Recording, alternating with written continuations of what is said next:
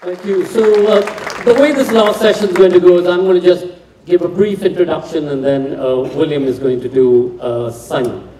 And Simon. As all of you know, Will is a great historian and writer, award-winning, many books. And when I was wondering how to reintroduce him after 2 days of many sessions to this audience, I sort of came upon the Guardian's review of his work, and I thought I'd just read a very short portion of that, and that'll give you a sense of what this particular piece is about. The Guardian writes, "The mole is the creature most often brought to mind by obsessive scholarship. William Dalrymple is remarkable in that, in his case, the eagle would be more appropriate. Of the books swooped into being by his scholarship, to which he himself has applied the adjective obsessive. This one is the most magnificent. It is a history of the British invasion of Afghanistan in 1839, one of those passages of history, the close examination of which requires a strong stomach and which therefore also requires the most thorough investigation. The seductive artistry, which Willie knows very well, and his narrative gift draws the reader into events that are sometimes almost unbearable, but his account is so perceptive and so warmly humane that one is never tempted to break away." Ladies and gentlemen, William Dalrymple, Return of the King.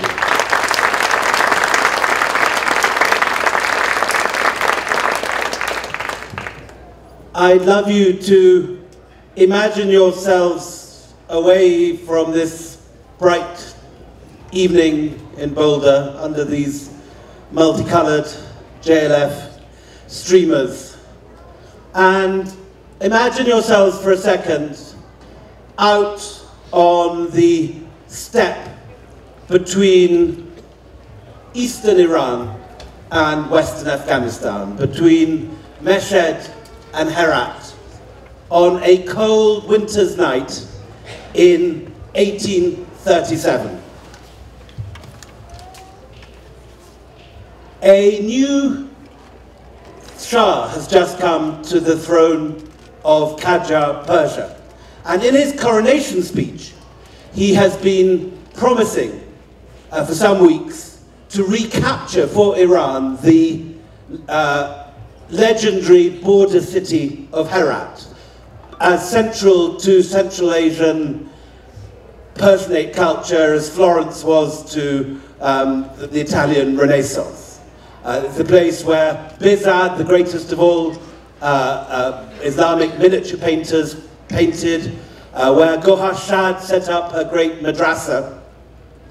And Mohammed II wants to recapture it. And for the last few months, cavalry regiments, horse artillery, infantry regiments have been marching up the road from Tehran to the border city of Mashhad, waiting for the signal to invade Afghanistan.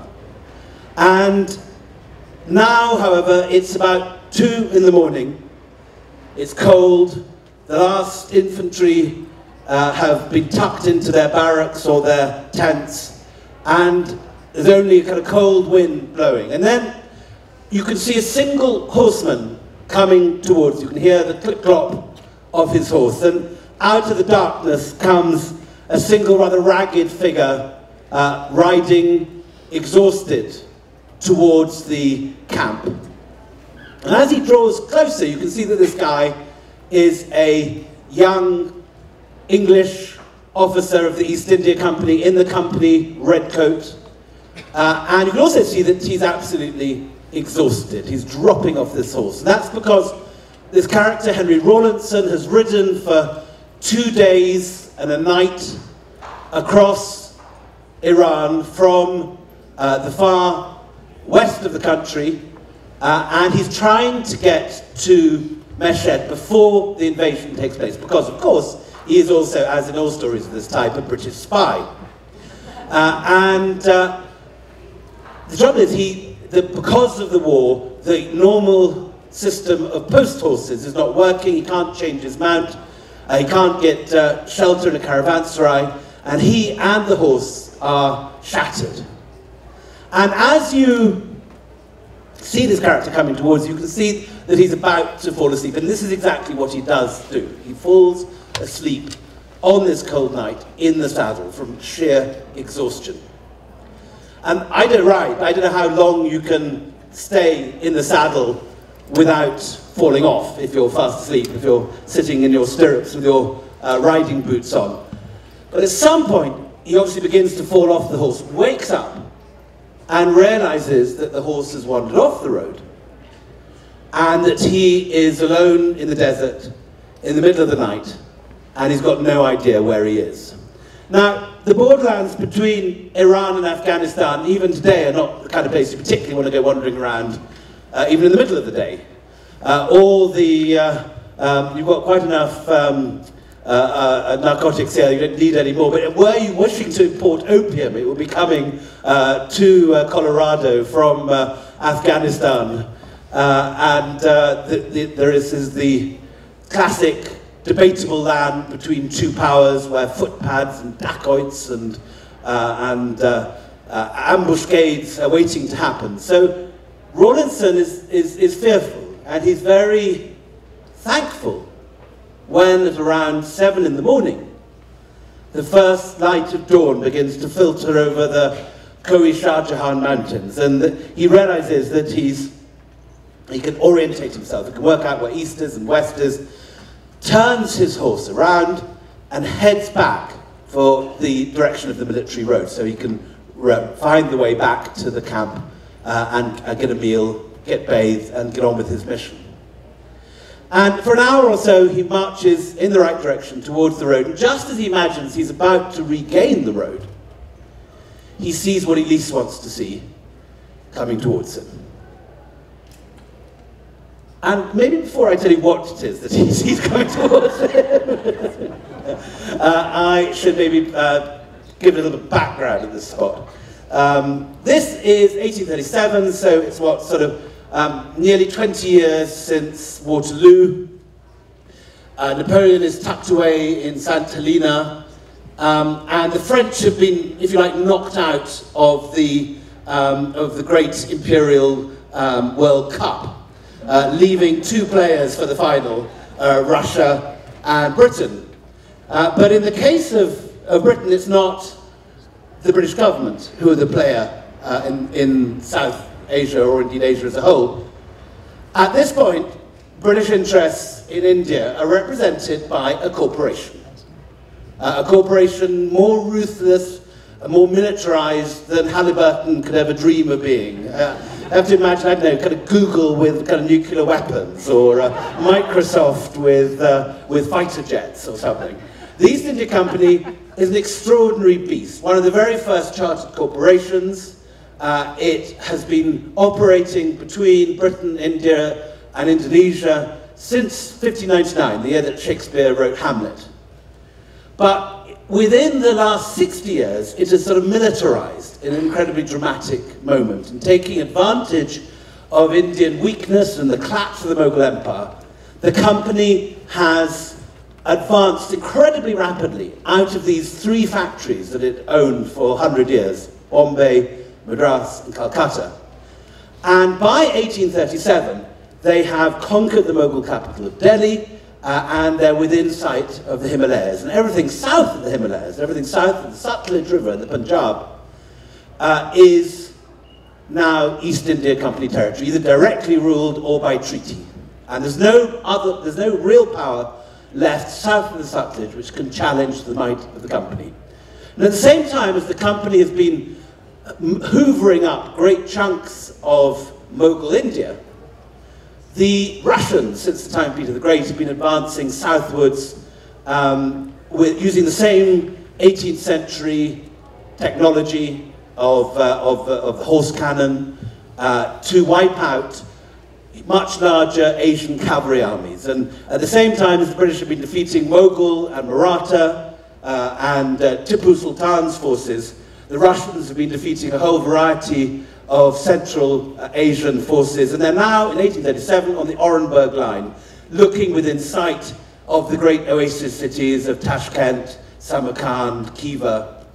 And any old buffer sitting in a gentleman's club in Pall Mall in London, or in some sort of Tolstoyan officer's mess in St. Petersburg, unbuttoning his riding boots in some sort of St. Petersburg bordello, can see that, looking at the map, that these two powers are coming together, that the space between these two are diminishing. But equally they can see that there is an awful lot of territory still separating them. There's the whole of what's now Pakistan, run by Ranjit Singh and his Sikhs. There is the whole of Afghanistan, separated into hundreds of rival warlord states. There is the whole of all the stans, much of Central Asia. So the Russophobes in Britain find it very difficult to argue, as they've been trying to do, that the British must advance forward, must seize Central Asia, must seize Afghanistan before the Russians do, because they can't really make a valid case that Russia is actually threatening British India at all, because they're a very long way away. And no one's actually going to sign up for an expensive and difficult war if there's no evidence of any kind of threat. Which is why what Rawlinson sees that morning in 1837 matters, because what he sees coming towards him is not the local opium smuggler, it's not the dacoits, it's not the Persian army going into Afghanistan or the Afghans coming to raid the Persians. What he sees as coming towards him up this valley, separating him from the road he's trying to rejoin, as he hunkers down, trying to make himself as inconspicuous as possible, is a body of Imperial Russian cavalry under a Russian flag, flying and heading straight into Afghanistan. And if you are an intelligence officer in 1837, this is the big one. This is the golden bullet. This is the weapons of mass destruction. This is everything you ever wanted to fabricate in order to create a war. And there it is in front of you. And he only sees it because he's got lost, he's fallen off the road, and these guys have only got on their uniforms and are only heading into Afghanistan openly, having travelled through Persia in disguise, because they're sure that there's no one watching them, because they've left the road and they're heading up a back road. And so this strange, unlikely coincidence of this guy getting lost and happening to see this party heading towards him precipitates a whole series of events that will change the history of India, Persia, Central Asia, and indeed Russia and Afghanistan for a century to come.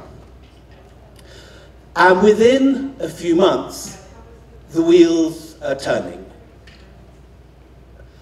Rawlinson sends a message, immediately turns his horse around, heads back to Tehran. Camel riders are sent across the desert to Bandar Abbas, steamers hurtling towards Egypt, a rider crossing the side and crossing the from Port Said, crossing the desert to Alexandria, another steamer to Marseille, which is as far as the telegraph has gone by 1837, and then the Morse code, or whatever it is they use in 1837, dotting over to London, and some runner running up the steps of Downing Street. The Russians have gone into Afghanistan. And within 18 months of this news arriving in London, the East India Company has assembled in the plains of Firozpur, on the banks of the Sutlej, the largest army that it's fielded since 1799, when it took on Tipu Sultan. And let's have a look at who they are. We have the... that's Vitkovich, incidentally, the Russian officer, or rather Lithuanian officer, in Russian service, who is leading the expedition into Afghanistan. But here is the army assembled in Firozpur. And 14,000 East India Company sepoys, 6,000 irregulars, 21,000 troops in all, accompanied by 38,000 Indian camp followers. And they go off to war on 30,000 camels. A brigadier needs at least 50 camels to carry his kit. British generals take 260 each. One British regiment travels with its own pack of foxhounds.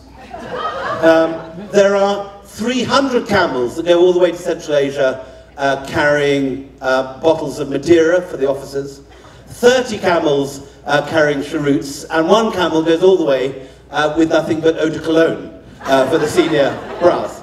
The one thing they haven't got in all this is a map, because there isn't one. And they've absolutely no idea where they're going. This is completely unknown territory. Now, at the front of this army, as the nominal leader of it, is this character who's not a dwarf from The Hobbit or Lord of the Rings. You know, was it Gimli? This is the great Shah Shuja ul Mulk. Now, Shah Shuja, Central Asians in... sorry, I pressed something here. Can we get it back on full screen? Indians in the audience, I'm sure, will not at all be familiar with the way that political dynasties can diminish over time, and that great geniuses can give birth to people with slightly less talent and then really kind of second-rate grandchildren. Well, it couldn't happen today, but at this period, the great Amir Shah Abdali has a slightly dud son called Timur Shah, and then this is the Rahul Gandhi of 18th century. And he loses his entire patrimony by the age of 21, which is even better than Rahul, in fact, has succeeded. He must have been 35 by the time he's screwed it all up. But nor is this guy known to be a cokehead, but that's a completely different issue. Anyway, Shah Shuja is defeated by a great war leader called Dost Muhammad in the centre here. And he takes refuge in the court of Ranjit Singh on his, seen here on his elephant in the corner here. Ranjit Singh runs this enormous Sikh empire that almost exactly mirrors the boundaries of modern Pakistan, with the difference that it holds Kashmir and not Sindh. As he passes through as a refugee, having been kicked out of Afghanistan, Ranjit Singh takes from Shah Shuja his last valuable possession, which is a certain diamond called the Koh-i-Noor. Shah Shuja arrives in British India penniless and is put up by the East India Company in Ludhiana and given a small pension in the hope that he might be useful on a rainy day. Now, this rainy day definitely comes in 1837 when he's whipped out of retirement and suddenly told he's going back to Afghanistan. The British have suddenly realized that he is the legal representative, the legal owner of Afghanistan, and the time has come for the company to put him back where he belongs. It's what we today would call regime change. He is the Karzai of this story, and indeed is in fact, he is the chief of the Popalzai tribe, which is what Karzai is today. So it is a direct parallel. So, we set off from Firozpur. The original plan had been to just cross Ranjit Singh's territory, to march for about 2 weeks through the Punjab on flat territory, hit Peshawar, and go straight into action up the Khyber Pass. But Ranjit Singh is far too clever to allow the British to have land to his north as well as to his south, bans them from crossing. So they have to take a 4,000-mile detour down by Quetta, through the middle of summer, height of the summer. And the poor old sepoys are in winter uniform because they thought they're just going to march straight up into the Afghan hills. And about a quarter of the army expires just because they don't know where the wells are. They have no idea how to, the guys are overheating. And this army sets off into the desert and loses much of its manpower without facing a single enemy combatant. They pass, anyone here been up the railway line from Quetta to Lahore? Up the Bolan Pass, exactly. This is that, the railway now passes through this corridor. But in those days, of course, no railway, and not even a map. And this is a very familiar scene to anyone who knows, they've been looking for a house in Delhi or asking directions in anywhere in India for that matter. You see two lost sepoys on the left of the picture. Asking the locals, which way to Afghanistan? And the locals say, oh, Sine Jai, just go straight. No problem. And you can see the result on the hills behind. There's files of men heading in every direction, including, if you look carefully, up this vertical cliff face. And they've absolutely no idea where they're going. But eventually, by sheer sort of force of momentum, despite the odd Baluchi brigand firing down at them, They make it through the Kojak and Bolan passes and lost a quarter of their men through heat stroke and thirst. They arrive through the Dasht into Kandahar. And the rulers of Kandahar are so amazed to see this army coming up, if you like, the arse end of Pakistan, so to speak, that they flee at the surprise of it. And Shah Shuja can walk to the building with the dome on the left of the picture, which is his grandfather Ahmad Shah Abdali's grave, and can take the barakat, the blessing of his grandfather's tomb, unopposed. And at this point, some character from British intelligence walks in. As you all know from James Bond films, British intelligence never makes any mistakes at all.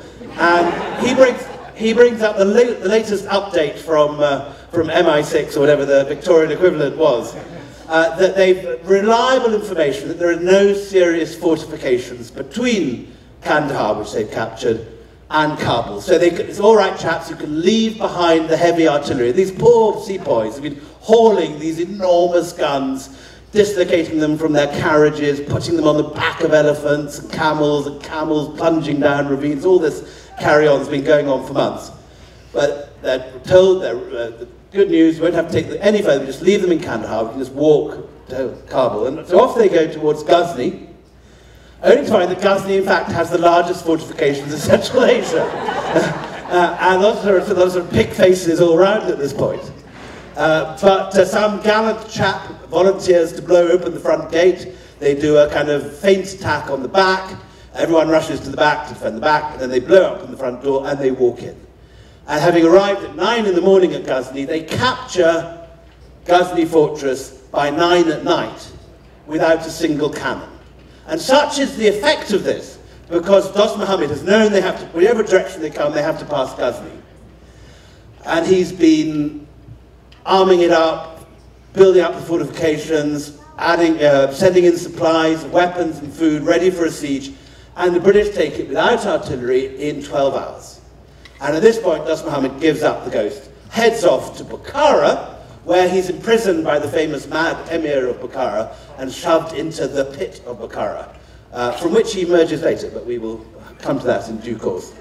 And so Shah Shuja can arrive back at the palace, which he inherited from, I was about to say Rajiv Gandhi, no, which he inherited from Timur Shah, his father, and lost at the age of 21, and installs him back on the throne.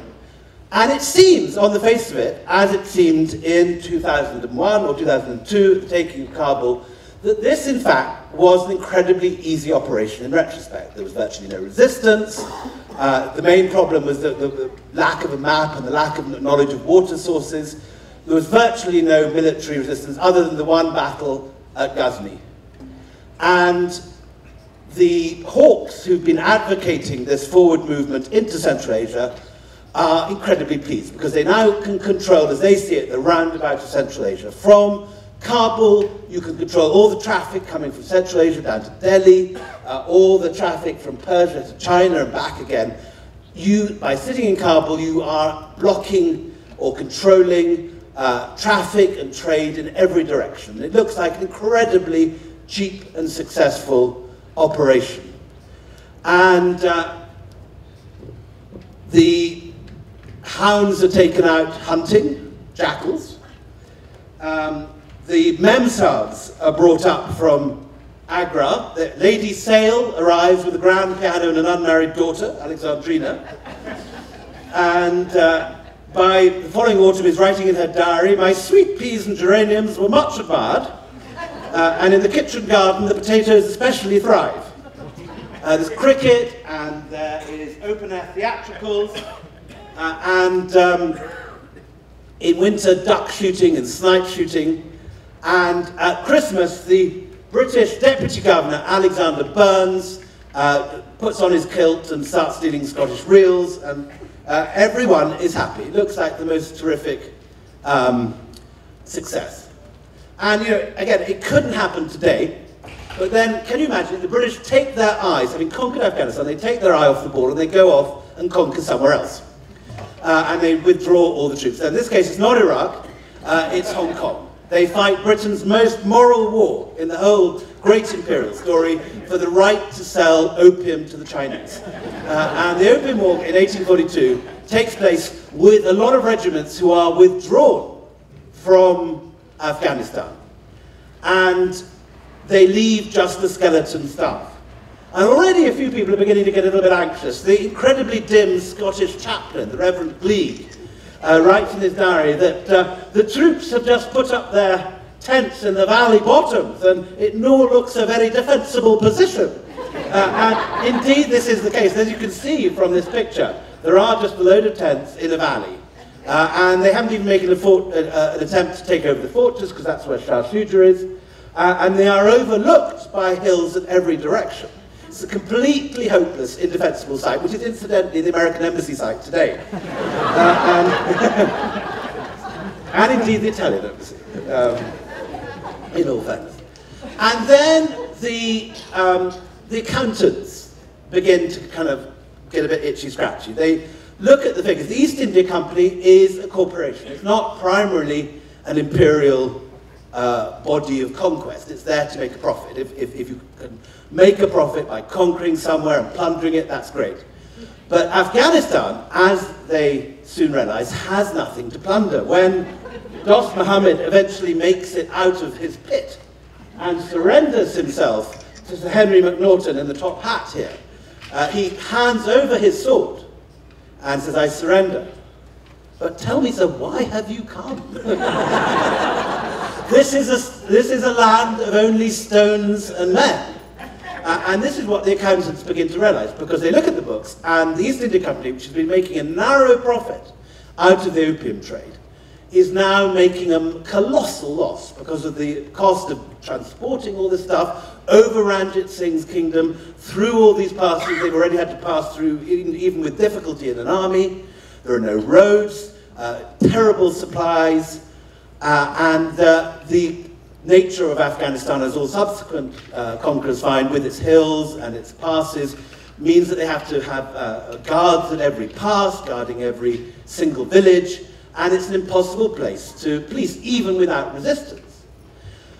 But there are no options for it. The books don't balance, and they have to make further cuts. So they cut the military force down to a mere skeleton staff of 18,000 troops.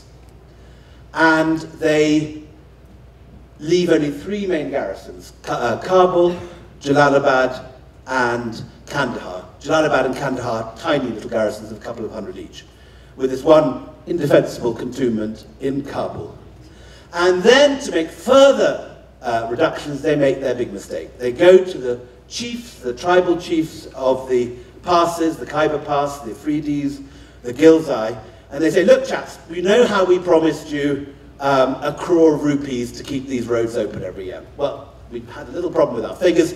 I'm afraid we're only going to be able to give you 1 lakh, only 100,000 rupees per year, which is 1/10 of what they've, 100th of what they promised." And the old tribal chiefs go away stroking their beards, don't say a thing. The following morning, the post boys are found with their necks slit. Not a letter, not a grain of dal gets through to Kabul from that point. There's a complete cut in communications. And suddenly, at this point, they realize how vulnerable they are. And as they say in Game of Thrones, winter is coming. It is October, and it's not looking good. It's absolutely not looking good. And at this point, this is the point that Alexander Burns decides to seduce this woman. Not a good idea. Gentlemen, I don't know if any of you are planning a trip to Afghanistan in the near future, but there are 1 or 2 do's and don'ts in Afghanistan. And Alexander Burns has just broken one of the major don'ts. I'll read from the Chronicle of Mirza Atta. "It's happened by God's will that the slave girl of Abdullah Khan Achakzai, who's one of the leaders of Shah Shuja's tribal council, ran away from his harem and took refuge in the residence of Alexander Burns. When on inquiry it was found that that was where she had gone, the Khan, beside himself with fury, sent his attendant to fetch the silly girl back. But the Scotsman, swollen with pride, cursing and swearing, had the Khan's attendant severely beaten and thrown out the house. The Khan then summoned the other leaders and said, now we are justified in throwing off the English yoke. They stretched the hand of tyranny and dishonor private citizens, great and small. Making love to a slave girl isn't worth the ritual bath that follows it. But we have to put a stop to it right here, right now. Otherwise, gentlemen, this is the phrase to hang on to. Otherwise, the English will ride the donkey of their desires into the field of stupidity. So my strong advice is keep your donkey of desire tethered in the stable of chastity. If you should ever find yourself in a circumstance like this.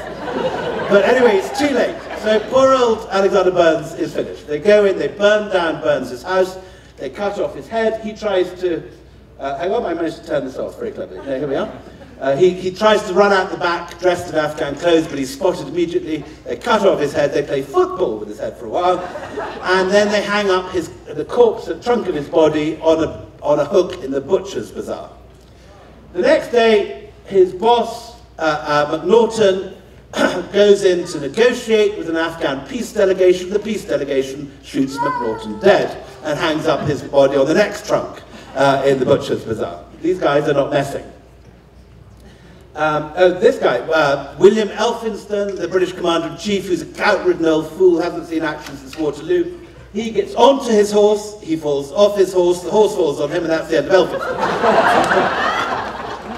And then the British, very intelligently, have left all their military and food supplies in 2 unguarded forts next to the old city. So within the first 24 hours of the uprising, the Afghans have captured all the British food and all the British ammunition. So the next thing that happens is they haul these British cannons up above the possibly indefensible cantonments in the valley and begin to start pelting them with cannon and shell. And although none of them actually really know how to use the cannon, they still just sort of point it downhill and something will happen. And so it's not looking good. It's not looking good. And still supplies have been cut off. So first they have to eat the foxhounds, then they have to eat the horses, and then they eat the rats, and then there's really no option but to surrender.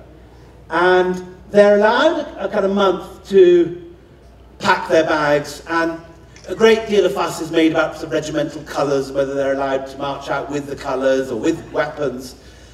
And these negotiations go on suspiciously longly, for a suspiciously long time. The Afghans string out the negotiations, and it's not clear at the time exactly why this has happened. It becomes clear later that they've been using the time to build very elaborate entrenchments all the way on the route back to Kabul that the army will have to retreat on. But even so, it's quite obvious that this is not going to be a happy ending to the story. So on the 6th of January, 1842, begins the famous retreat from Kabul amid heavy snow. And this handsome figure, who's my great-great-uncle, is leading the retreat. And he writes in his diary, he says there are about 4,500 troops left only at this point. 700 of them Brits, the rest from Lucknow and Bihar, who've never even seen snow before and are wearing shorts. At 9 a.m., he writes, the troops moved off, a crouching, drooping, dispirited army. So different from the light-hearted body of men they'd appeared so recently. The men sinking a foot deep in the snow with each step. My heart sunk within me under the conviction that we were a doomed force. I always remember, he wrote, as one of the most heart-rending sights of that humiliating day, fixing my eyes by chance on a little Hindustani girl, perfectly naked, sitting in the snow with no mother or father near her. She was a beautiful little girl, about 2 years old, just strong enough to sit upright with her little legs doubled underneath her, hair curling in waving locks down her soft little throat, great black eyes dilated to twice their normal size. Many other children as young and innocent I saw staying on the road, and the women with their long dark hair wet with their own blood. The rearguard had to fight the whole way to Bagrami and pass through a literally continuous line of poor wretches, men, women and children, dead or dying from cold and misery, who, unable to move, entreated their comrades to kill them and put an end to their misery. So it's clearly not going to end well, but everything about the retreat is fantastically mismanaged from the beginning. They make the same mistake they made at the beginning of the siege. They don't guard their commissariat. So first out of the cantonment are the officers and the cavalry, the brightly yellow clad Skinner's horse, marching out, followed by the infantry. Last come the Hindustani camp followers, bringing the tents, the food, and the ammunition. And of course, without anyone to guard them, the Afghans swarm out of Kabul, capture the food, capture the ammunition, capture the tents. So by about 4 in the afternoon, the officers have arrived at the camping site for the first day. Where's my bearer? Where's my bath? Where's my whiskey? Where's my food? Where's my dinner? No food, no bearer, no tent, no officer. Officer, but no dinner, no whiskey. And by about 10 o'clock that night, it's -20. There's no tents. And the horizon is lit up by the orange flames of the burning cantonments. They can't go back. Their cantonments are up on flames. These wooden barracks and these tents have all been plundered. There's nowhere for them to return. The nearest British garrison is Jalalabad, 6 days' march across mountains. They don't even know they can get through. They don't know whether the passes are open. It's a completely hopeless scenario. And at this point, it becomes very clear that this is not going to end happily at all. Following morning, about a quarter of the force is frozen to death. It's been a particularly cold night. Old men and sepoys are found literally frozen to the ground. They can't even get up. Mackenzie's with Afghan troops who know how to survive. They dig a little trench, a little foxhole. They build a fire. They sit body to body with their arms around with their feet facing the fire. They put all their cloaks and everything around them. So they use their body heat to keep themselves awake. And so it's quite possible to survive a night like this. But no one's told the Hindustani sepoys what to do. They've got no idea how to fight in the snow. Following morning, those who are alive, about another quarter of this force, who are still alive, wake up and they find their hands have gone black and their feet have gone black. They've got this terrible, terrible frostbite and they can only stumble around in great pain. And at this point, the Afghan resistance leader, Wazir Akbar Khan, comes up from behind and he funnels what remains of this force that can move into the narrows of the Kabul Pass, where for the previous month they've been preparing this incredible ambush. There are lines of trenches deliberately built within shot of the very heavy, long-distance Afghan jezails, but out of range of the British Brown Bess muskets. And in the lead, of course, is Lady Sale, who's travelling with the advance guard, when they hear this eerie echoing of metal on metal. And at first they can't work out what it is, but it's, of course, the muskets being primed and loaded in the invisible trenches further up the mountains, and the noise echoing off the mountain slopes. And then the firing begins. This is Lady Sale. The confusion was fearful. We had not proceeded half a mile when we were heavily fired upon. The pony my daughter rode on was wounded in the ear and the neck. And fantastic piece of Victorian understatement coming up, I fortunately had only one musket ball in my arm. 3 others passed through my cloak near the shoulder without doing me injury.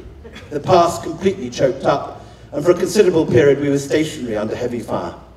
The sepoys and camp followers that night, half frozen, tried to force their way into mine, the one remaining tent. Many poor wretches died around it in the night. Many women and children were abducted before dawn.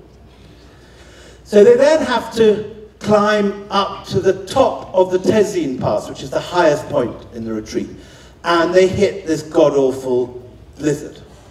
So of the 18,000 men, women and children that left the cantonment on the 6th of January, about 5,000 are killed the first night or die in the cold, leaving about 12,000 to go into the Kabul Pass.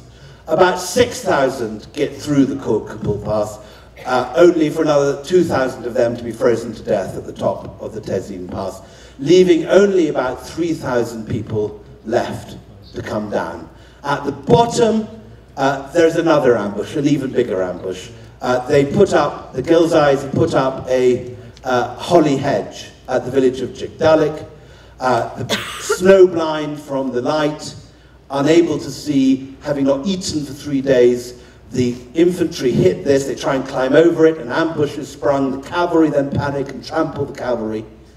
Only 400 people make it over the hedge. And they are surrounded the following morning at dawn on the hilltop at Gandamak. At this point, they've only got 3 rounds each left. So they fire off their rounds, and then they form a square, which is the kind of basic British defensive move. They do a couple of bayonet charges, and then the Afghans realize they've got no ammunition left, so they just pull back and shoot from a distance. 1 man is taken hostage. 14 cavalry make it on to the Nimla Gardens outside Jalalabad, just about a mile from the British cantonment. There they find, amazingly, amid all this carnage, the gardeners, originally put in place by Shah Jahan 2.5 centuries earlier, are still there on their stipends. The gardeners offer these hungry cavalrymen breakfast. They have must and naan, bread and yogurt. They get off their horses, and then the gardeners beat them to death with their spades. 1 man makes it through to Jalalabad, Dr. Brighton. He only survives because he's put Blackwood's magazine, which is the sort of Granter, or the New York Review of its day, in a bound volume in his hat. A useful literary trick to remember if ever you're in a situation like this. And so when they take a swipe at him with the sword, it goes through Blackwood, it doesn't go through his skull. And he comes in, the one survivor of this entire retreat. Now, obviously for the British, this is their worst ever imperial defeat, but equally for the Afghans, what Yorktown is to you guys, what Bannockburn is to us Scots, what Garibaldi is to the Italians, this is what Michael Collins is to the Irish and the Easter Rising. This is the big Afghan national liberation struggle. The center of Kabul to this day is named, where the American and British embassies are, is named after Wazir Akbar Khan, who organized this rout. The Afghans remember it as their central national myth. This is Mirza Atta again. It is said that 60,000 English came to Afghanistan, but only a handful got away, wounded and destitute. The rest fell with neither grave nor shroud to cover them, and lay scattered in that land like rotting donkeys. For the English love gold and money so much that they cannot stop themselves from laying hands onto any area productive of wealth. But what prize did they find in Afghanistan, except on one hand the exhausting of their treasury, and on the other hand the disgracing of their army? The rest perished in the mountains, like a ship sunk without trace. For it is no easy thing to invade and occupy the kingdom of Khorasan. If the English had been able to take and keep Afghanistan, would they ever have left this land where 44 different types of grape grow, where other fruit as well, apples, pomegranates, pears, rhubarb, mulberries, sweet watermelon and muskmelon, apricots and peaches, and ice water that cannot be found in all the plains of India? For these Indians know neither how to dress nor how to eat. God save me from the fire of their dal and their miserable chapatis. That's Mirza Atta signing off on Hindustani cuisine. Anyway, a few words looking back from the present. Obviously, this is a story with enormous resonance for the present. It couldn't happen today, of course, but imagine that we were to invade Afghanistan, take our eye off the ball, go off and invade somewhere else, and to put a descendant of Shah Shuja back on the throne again and see what happens. It's a good job no one has tried that. But researching this, what I found was that our incredible Afghan sources in Afghanistan, this story has been told many times, but always from the British side, and in Afghanistan, the Afghans have made heroic, within about 4 or 5 years of this, there were 3 major epics composed, all of which survive in diary. There are letters from all the commanders. There's an entire historical record, a lot of which was collected in the 1960s by the nationalist Afghan historians, republished in modern diary.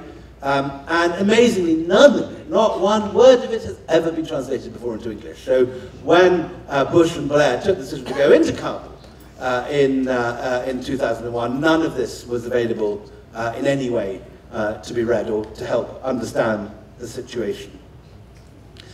One of the most memorable conversations I had was when I tried to redo the route of the retreat, which was already, the second half of it is in Taliban territory, because the hill behind Gandamak is Tora Bora, the Taliban center, so site of a later last stand, more recently.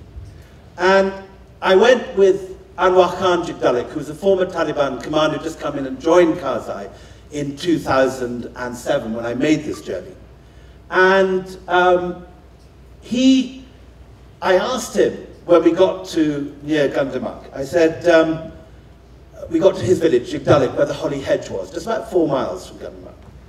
And we stopped for the day, all his guys made us this enormous feast. And in the course of it, I had a conversation with the elders, and I said, you know, do you see any parallel with what happened in the first Afghan war? And it's exactly the same.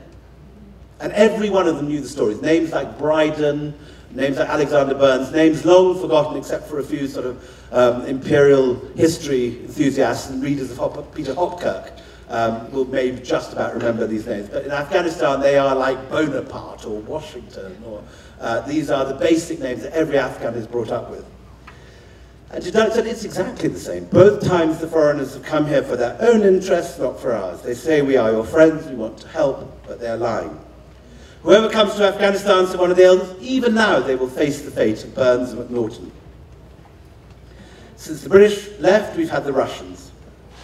We are the roof of the world, they explain. From here you can control and watch everything. Afghanistan is like a crossroads for every nation that comes to power. But we do not have the strength to control our own destiny. Our fate is determined by our neighbours.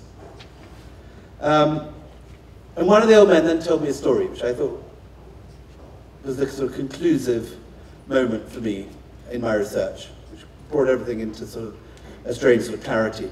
Last month, he said, some American officers called us to a hotel in Jalalabad for a meeting. One of them asked me, this is the elder speaking, well, why do you hate us?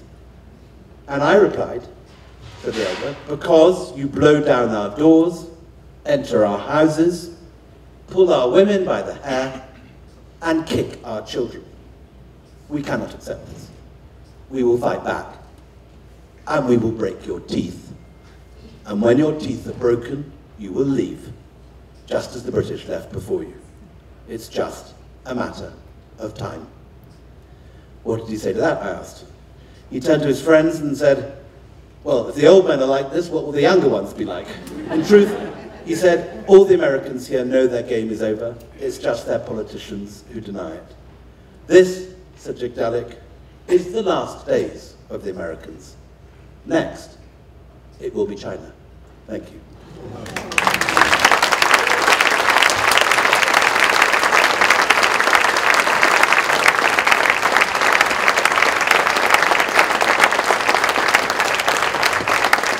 What a fabulous way to end 2 incredible days. Before I request Shabnam Birmani to come and sing a little bit for us as part of our closing. You know, festivals are built not just by a person or a organization, but by, in this case, hundreds of people. My colleagues, both back home and here, all the many organizations and institutions that have helped us, the library. And to thank them, I'm going to first ask Namita and William to just join me on stage, and Jesse, Jules, and Maruta, if they can scramble up as well. Maruta, you could stay down there if that's too difficult. Namita, are you here? I saw you coming up the steps. Namita? Okay, she'll be right back. Willie, do you want to join us? Jesse? Jules?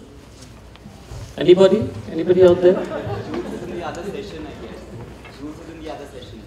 And Jesse? Okay. Or maybe we'll have some music, then I'll do the thank yous. Maybe that's a better way. Now you can go back up. I'll wait for everybody else to come.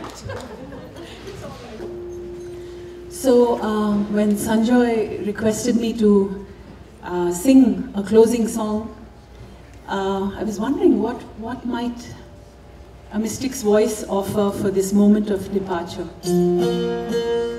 As we close two incredibly invigorating, stimulating, diverse, rich days together in this festival, the song that popped into my head was that of a mystic's evoking this entire moment of coming together on earth in the course of our lives as a Do Din Ka Mela, which is a festival of 2 short days. So this song is a delightful song from Kutch, Gujarat, and it says, Sab chala chali ka khela, yo do din ka jugma mela, sab chala chali ka khela, which means it's all a game of come and go. Our meeting, this milan, this mela, this festival, this coming together is just for 2 short days. Sab chala chali ka khela. And then the rest of the song meditates on this idea of things departing and going. So in this moment of departure, I thought it would be nice to sing this song, and we can all reflect on what we have transacted in these 2 delightful days here at the Jaipur Literature Festival in Boulder, and maybe also reflect on the larger Do Din Ka Mela we are all part of.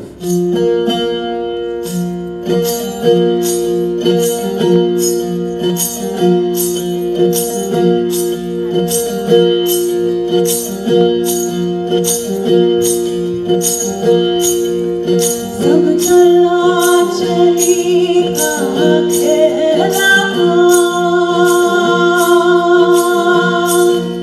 sab chala chali ka khela, do din ka hai jugma mela, sab chala chali ka khela, do din ka hai jugma mela, sab chala chali ka khela.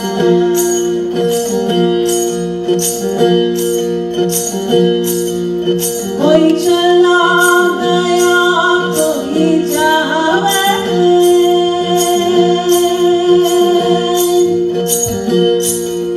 कोई गठरी बांध सिखावे, कोई चला गया कोई जावे, कोई गठरी बांध सिखावे, तैयार अकेला, सब चला चली अकेला, कोई खड़ा तैयार अकेला, सब चला चली अकेला, दो दिन घर जुगमा मेला, सब चला चली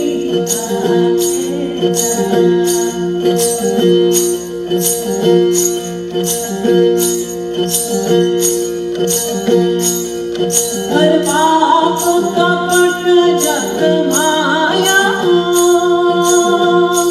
तूने धन करोड़ कमाया, हर पाप कपट जग माया,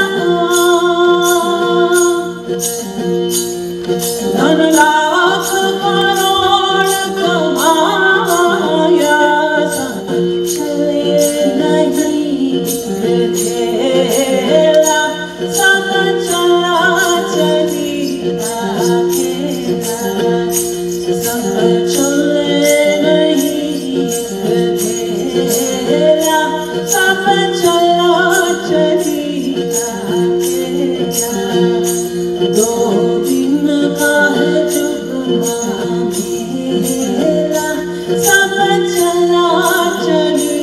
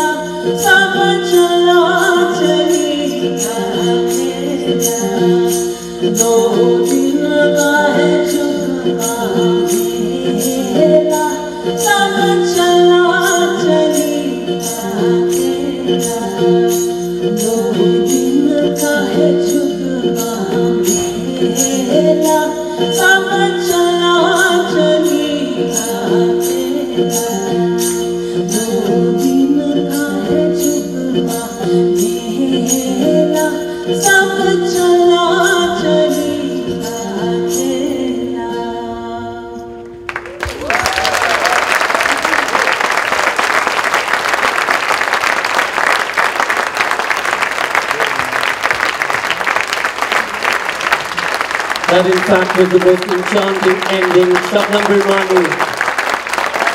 Thank you so much, Shabnam. Thank you. And with that, really, we conclude this incredible 2 days of sharing. You know, on behalf of Namita, William, please come up. Jesse, Jules, Baruta, we'd like to thank each and every one of you who've been with us for 2 days. Our incredible authors who've shared their hearts and their souls and traveled such long distances to be here. I'm sure out of your sharings, a million new ideas will rise into the night sky like fireflies and illuminate us all, making the world a better place in the future.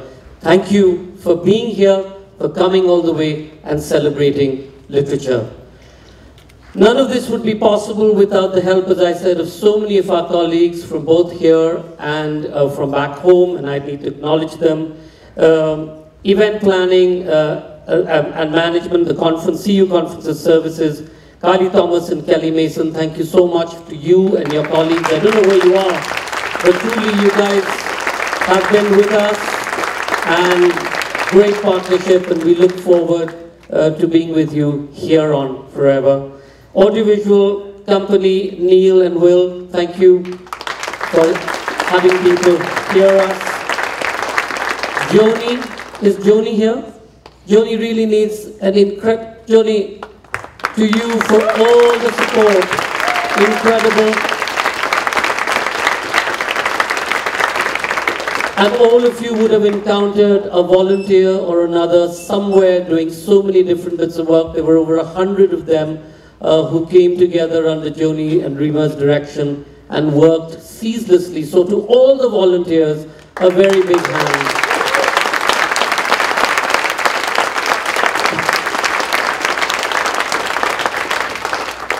To this incredible library building which I spotted on one of my many trips to Boulder, and to their staff, to David and all his colleagues, all the security, all the people who work here. Thank you for allowing us to make this our homes, keeping you away, even on a Sunday for long hours.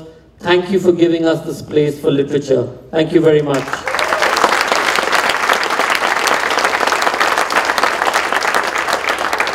To my colleagues who've traveled the distance with me, to Suraj Dhingra, who heads the production, producer,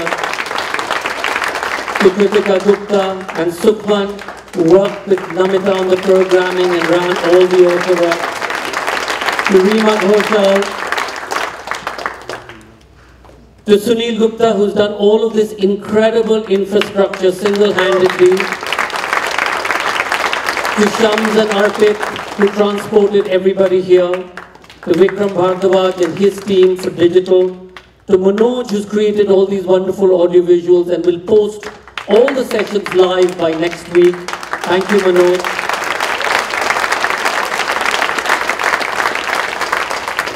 To Anubhav Nath, who shared his wonderful art, the Gonda art that you see as you walk in. It was his idea to set up this award in Jaipur last year, and since then we've been getting him to do more of this stuff. So Anubhav, thank you for bringing this art here and the audience. To Punita, my wife, who's accompanied me through thick and thin and done a number of workshops. And again, to all of you, I'm going to ask Jesse to just acknowledge all our sponsors on this occasion. Thanks, everybody. Sanjoy covered a number of Teamwork Arts staff and our literary directors, but I'd like to thank all of you as well. You created the magic that gave me the fantastical notion to bring this to Boulder, and I think Boulder is very, very grateful, so thank you. I do want to thank our sponsors. The Boulder Library Foundation has been phenomenally generous. The Bode Stanton Foundation, all these have been enormously generous to us, and not knowing exactly what it was they were donating to. So they had some vision. The Boulder Arts Commission, the Boulder Convention and Visitors Bureau, the Colorado Office of Economic Development and International Trade, Naropa University, who is sponsoring tonight's authors dinner, Colorado Fine Arts Association, the Boulder County Arts Alliance, the Center for Asian Studies, and a great number of in-kind sponsors, Stephanie Carter with the Wallaroo hats, Polar Bottle, Boli Medapa, Mark and Joanna Rosenblum, Stephanie Rudy, Celestial Seasonings, Valium TV, the International Business Circle, King Supers, Liquor Mart, Boulderado, Gathery, the Highland City Club, the T-Spot, University Inn, and Whole Foods. And then I want to thank our founding donors, James and Sue Palmer, Carolyn L. Shuham Philanthropic Fund, the George Lichter Family Fund, Natalie Levinson, Sophie and Jack Walker Foundation, the John Mackey and Deborah Moran Charitable Fund, Patricia Wright, Todd and Eliza Wallison, Nikki Wallman and David Fulker, Kathy Kusan. I would like to thank my interns, Hannah Monk, Andrea Guadagnini, and Swanee Swanson, Janelle Fine. I am forgetting one of them. Justin Veach. Emily. KGNU has been our media sponsor. And last but not least, I want to thank my advisory board one more time, who carried me through. They had the experience in cultivating and nurturing and being the patrons for the arts in Boulder, and took me by the wings and patted me on the back and said, go forth and prosper. So that would be James Palmer, Boli Medapa, Carolyn Shuham, Joanna Rosenblum, Johnny Teeter, Jules Levinson, and Marita Collins, Margaret Cole, Maggie Fouquet, Pat Wright, Sophie Walker, Stephanie and Michael Carter, and Stephanie Rudy. We should thank our PR firm, Metzger Albee, and Vidushi Kara in India. And I thank you all for coming and making this a fabulous birthing of the Jaipur Literature Festival JLF at Boulder. And we'll see you next year. Thank you, Jessie. So, and finally to the city of Boulder and to all of you, thank you for having us here over the last 2 days. We'll be back next year, 23rd, 24th, 25th of September. Good night.